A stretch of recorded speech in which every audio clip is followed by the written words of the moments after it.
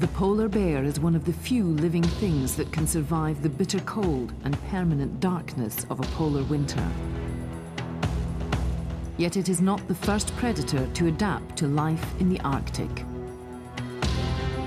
In Alaska, a new discovery is proving what no one thought possible. 70 million years ago, dinosaurs ruled the frozen north.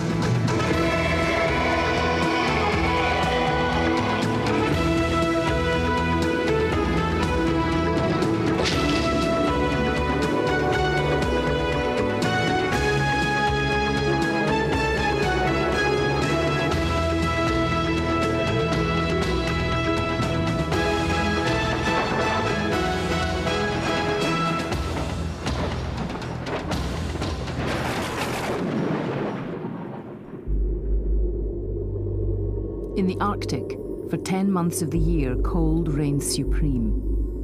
For 3 of those months, the sun disappears entirely below the horizon. Temperatures can plunge to minus 45 degrees centigrade.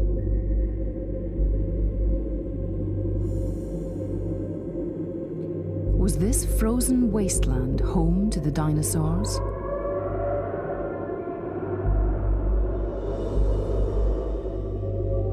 One man is risking life and limb to prove it. Roland Gangloff of the University of Alaska Fairbanks has traveled hundreds of kilometers of the Arctic Circle to the oil terminal at Dead Horse. The last human settlement between here and the North Pole, Dead Horse marks the end of the Trans-Alaska Highway. But it is not the end of Gangloff's journey.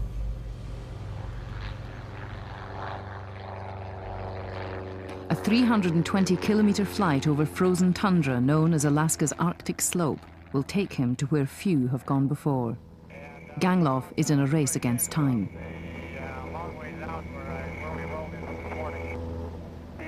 Alaska is a land of extremes. Here, for only 8 weeks of the year, temperatures reach above freezing and the ice melts, turning the top few centimeters of tundra into a lush carpet of green. And a breeding ground for millions of hungry mosquitoes that will soon hatch and begin their search for blood they can feed on. Gangloff's final destination is a 16-kilometer stretch of the Colville River. A bleak strip of sand in the middle of the river, aptly named Poverty Bar, will be home for the next 5 weeks. Comforts are few. 2 days away by boat is the freezing Arctic Ocean, and the weather can still turn foul.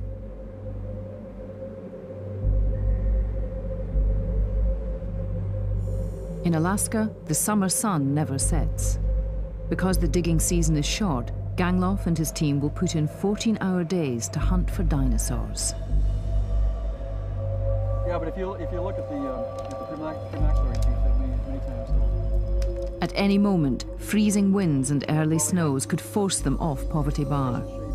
Even now, thick layers of clothing and hot food are a necessity to fend off the chill. 30 years ago, the possibility that dinosaurs could survive the harsh brutality of the Arctic was inconceivable. Most had been found in what were once lush tropical climates. But in 1961, Robert Liscombe, a geologist prospecting for oil, stumbled upon these bones, but did not recognize them. 2 decades later, word finally spread that for the first time, dinosaurs had been discovered above the Arctic Circle.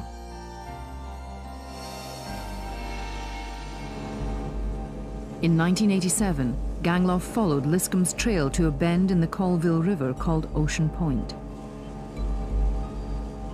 Here, in these bluffs, layers of sediment have been exposed dating back to the Mesozoic era, the age of the dinosaurs. Then, this was a great river delta fed by melting snows from nearby mountains. By the Cretaceous, 75 million years ago, tons of mud and sand had been washed into the delta. Eventually, the sediment turned to stone, and with it, the first fragmentary evidence that dinosaurs had lived here. Imagine the sky is clear, except for the flare of the northern lights. The temperature drops to the 20s.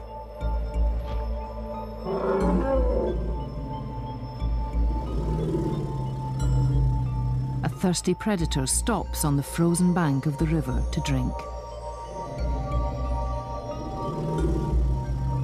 It uses its horny beak to break the ice.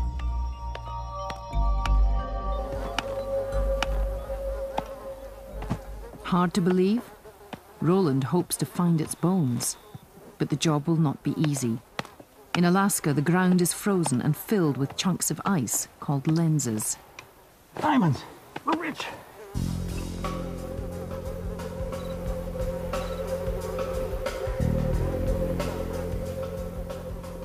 Clinging to the face of the bluff, the team tediously picks away at the rock to locate the layers that might contain fossils. But with little luck. See the shiny layer there? That's where we're going down to. Unfortunately, the previous winter had been unusually mild. Excessive meltwater had eroded the surface, sending tons of earth cascading down the cliff. The only option now is to start at the top.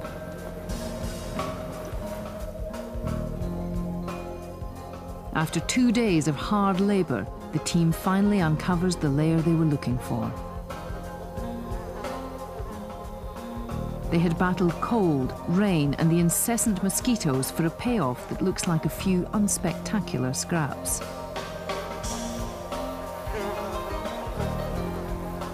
Some arm bones, and the fragments of a backbone. We're looking at a typical exposure of the Liscum bone bed. We have an ice lens that runs along the back of the quarry here. We have another ice lens in the front that's just melted. And they're not only cutting through the bones, as you have many times, but here you can actually see that the rib has been broken apart and then moved apart as well. It took Roland's trained eye to recognize what creature these bones belonged to. It turned out to be a duck-billed hadrosaur called Edmontosaurus. The duckbills were the most abundant dinosaurs in North America. Though larger than elephants, these two-legged plant-eaters were slow and docile.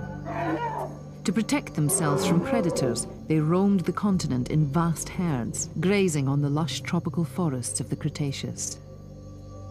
Their discovery raised a provocative question. What was an animal with a keen sense of survival doing in a place like Alaska?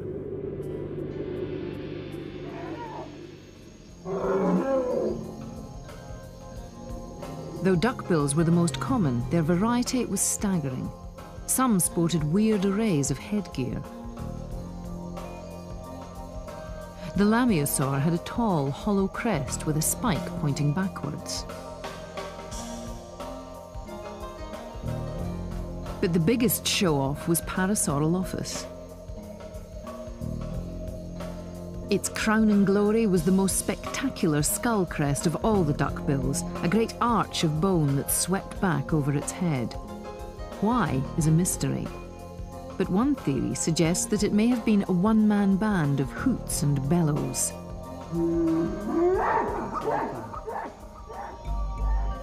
Plants and trees are vital to understanding the climate 70 million years ago.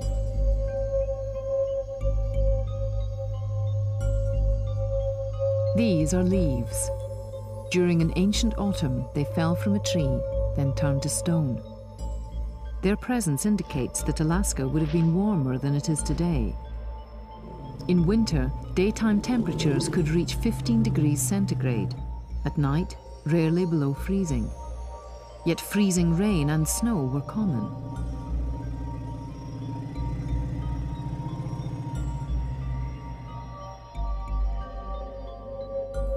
Ironically, Alaska was closer to the North Pole. But 70 million years ago, there were no polar ice caps.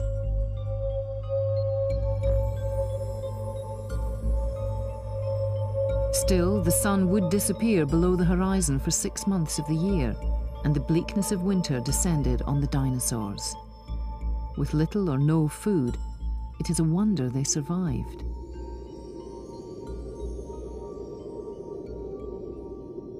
If you were a duckbill living here 70 to 72 million years ago, you would experience 6 months of very low light to no light at all. And the plants would be experiencing the same thing. So we see the plants losing their leaves, becoming deciduous or casting off their leaves and going into a state of dormancy for half the year. With no food available for half the year, life would be tenuous, unless the duckbills adopted a modern strategy for survival. Reptiles like alligators burrow into riverbanks and hibernate when food and water are scarce. Some scientists think dinosaurs slept through the winter, using snow for insulation. But until someone digs up a hibernating dinosaur, it is only speculation. The most logical theory is what thousands of animals do every year. Solitary caribou come together in herds to migrate. In August, having reared their young, they head south to where winter is milder. On the way, they graze constantly to give them energy for the trek. If herds of migrating dinosaurs thundered across the Arctic tundra 70 million years ago, the proof may lie buried in a gully 3,000 kilometers away.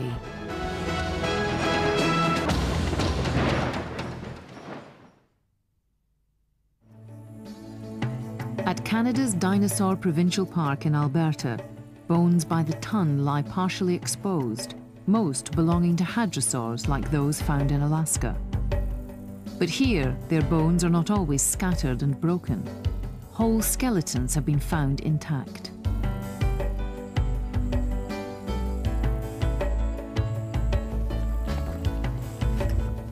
Phil Curry of the Tyrrell Museum is no stranger to duckbills.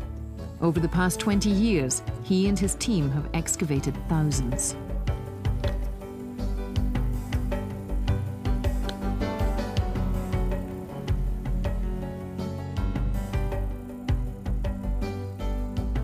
This one is lying with its tail unfurled exactly where it died. Having exposed the beautifully preserved tail, Curry's team set about recovering the rest of the dinosaur. Finding its skull might reveal an unusual feature. Though Edmontosaurus had no showy crest, a balloon on its nose could be inflated to produce sounds and flashes of color. We think that duckbill dinosaurs were not only visual animals, but they also seem to have been animals that produced a lot of sounds that they could pick up on and identify each other with as well. Now, in the case of animals like Edmontosaurus, it may have been something that was amplified through the nasal balloons, if you want to say that. Curry is convinced he and Roland Gangloff have found the start and finish of a great migration. In Alaska, small groups joined others until a vast herd, guided by instinct, began the long journey south to Alberta. Dinosaurs like the duckbill dinosaurs and the ceratopsian dinosaurs are animals that could move very efficiently. They have long limbs. We can look at trackway sites and calculate how fast they're moving, and we can see that it wouldn't be much of a problem for either the duckbills or the ceratopsian dinosaurs to move great distances over a period of several months. And we can see that they probably were moving south to areas like Alberta to take advantage of the food that was available there during the winter months. And of course, they were being followed by the tyrannosaurs, which would pick off the older stragglers and so on from these big herds. The distance from the north coast of Alaska to southern Canada is 3,000 kilometers, farther than any land animal, including caribou, migrates today.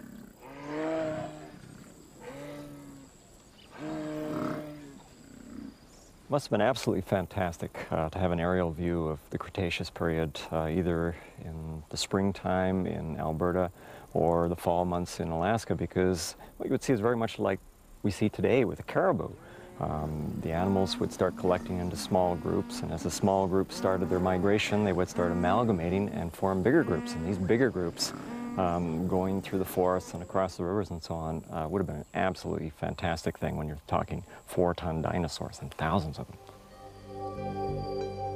Phil Curry's evidence seemed solid until tragic details began to emerge. Details of a day in Alaska when a journey in the distant past went terribly wrong.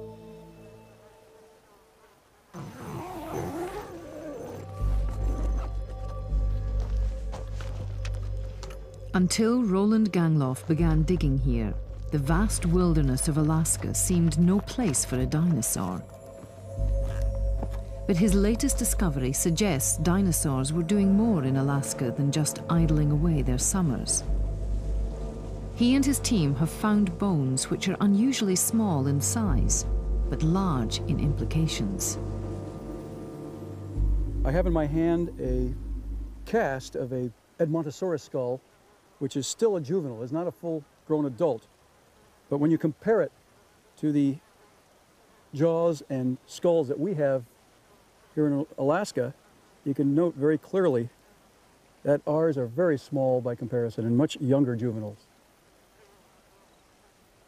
Over 80% of Gangloff's fossils are so small they can only be from duckbills no more than 2 years old, too young to walk all the way to Canada.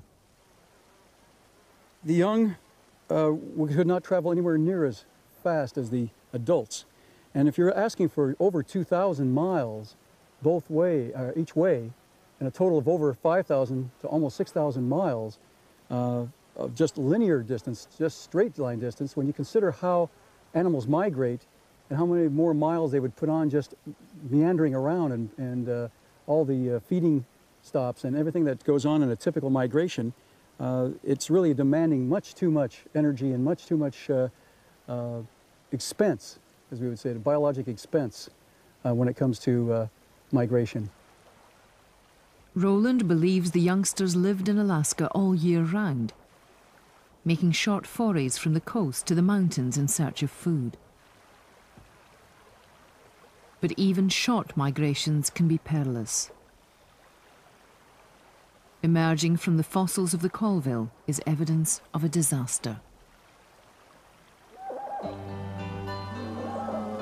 On a spring morning, 70 million years ago, the sun appeared above the horizon and the snow began to melt.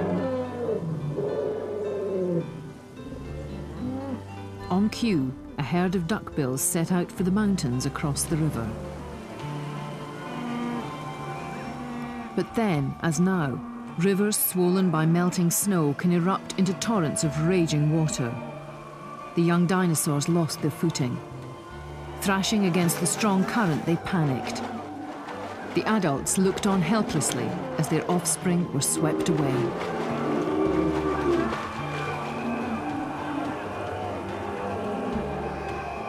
The drama may have lasted only a few moments, but the scene was devastating. Hundreds, perhaps thousands, perished. These caribou were also crossing a river when a flash flood took them by surprise.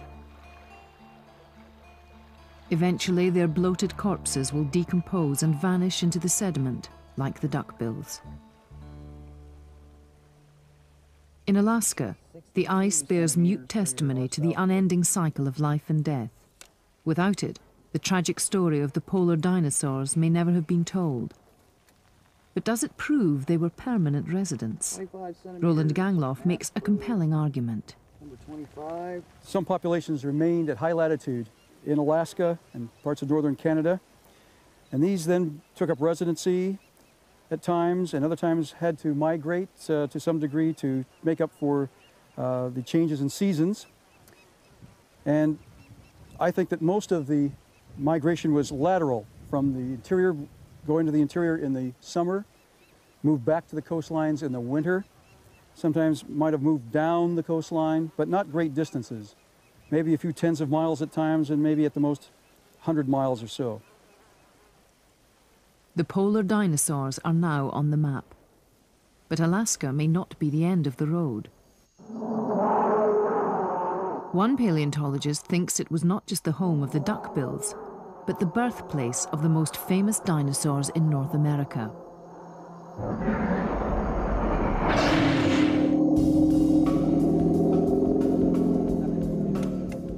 Jim Kirkland has seen them all in the rugged hills of Colorado and Utah.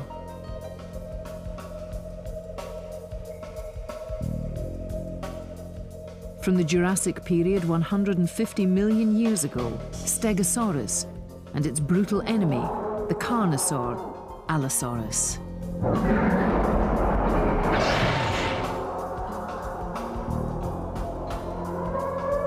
As well as the huge, earth-shaking sauropods.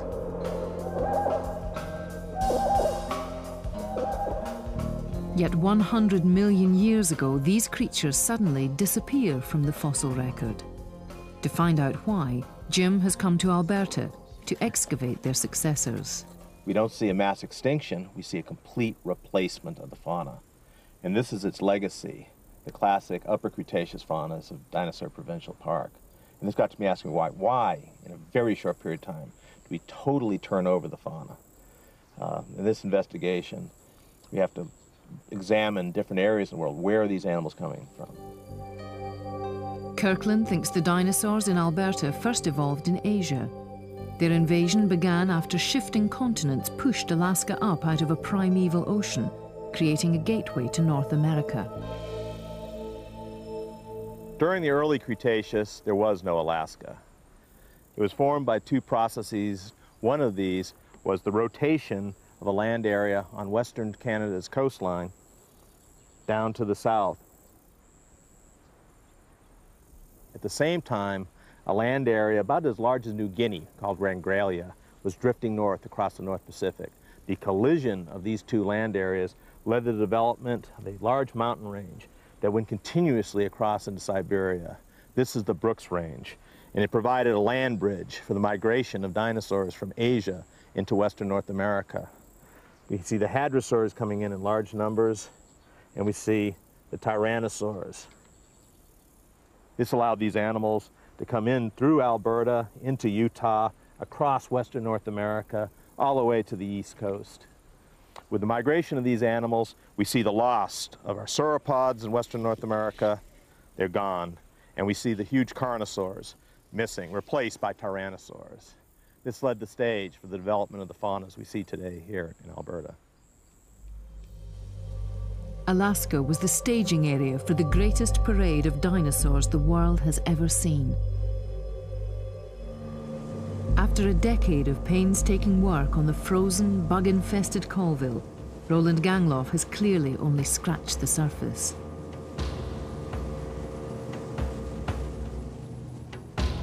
But his discoveries have already proved how little we know about the fantastic creatures that ruled the Earth eons ago.